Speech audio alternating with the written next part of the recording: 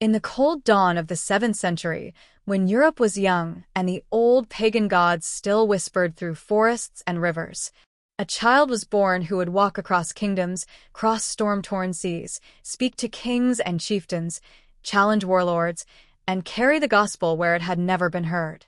His name was Willibrord, a monk, a missionary, a traveler, a builder of churches, and a breaker of idols. Known to history as the Apostle of the Frisians. This is his story. Welcome to the Saint's Path.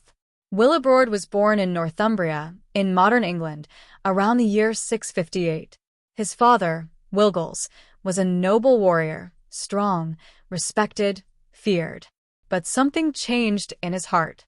He renounced his wealth, turned his back on the sword, and became a hermit, a man of prayer. And from childhood, Willibrord watched his father's transformation. From warrior to saint. At 7 years old, Willibrord was given to the monastery of Ripon. There, under the guidance of Saint Wilfrid, he learned the scriptures, discipline, silence, humility, and the deep calling of mission. But the monastery was not his final shaping ground. At age 20, Willibrord crossed the sea to Ireland, the island of saints, the land of scholars and missionaries. He trained at Rathmelsagi, a monastery known for its strict discipline and fierce missionary zeal. There he learned to fast, pray, study, and endure hardship. His teachers saw in him not just obedience, but fire. A fire that could spread faith across nations. Europe was changing. The Frisians, fierce sea warriors, ruled lands along the North Sea, modern Netherlands, and parts of Germany. They followed ancient gods, tribal customs, and blood oaths. Missionaries had tried to convert them before, and many had died. But Willibrord was not afraid. He gathered 11 companions, monks willing to risk everything: the hardship, hunger, persecution, death. They set sail in 690 AD. The winds were violent. The seas were merciless. Several monks fell ill. Supplies ran low, but they kept praying. At last, they reached the Frisian coast, a land of salt marshes, rivers, wooden longships, and warriors painted for battle. This was not a land that welcomed strangers. The region was ruled by King Radbod, a fierce pagan leader. Strong, proud, unbroken. He hated Christianity. To Radbod, baptism was betrayal of ancestors and gods. When Willibrord met him, the king laughed at the monk's simple robe and soft voice. Radbod said, "Your god may rule your lands, but here, Odin and the gods of the ancestors rule." Willibrord did not argue. He simply answered, "Christ is not the God of one place. He is the God of all." And something about Willibrord's courage unsettled the king. Radbod did not kill him. He simply said, "Go." So Willibrord did not give up.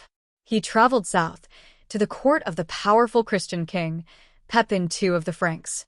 Pepin received him warmly and offered protection, land, and resources. Now Willibrord was not a wanderer. He was becoming a builder. Willibrord realized something. If he was to convert a nation, he needed authority. So he traveled to Rome to meet Pope Sergius I. The Pope listened to his story. Then he laid his hands upon him and gave him a mission. Go and preach the gospel to the Frisians. He also gave him a new name, Clement. Now Willibrord was not just a missionary.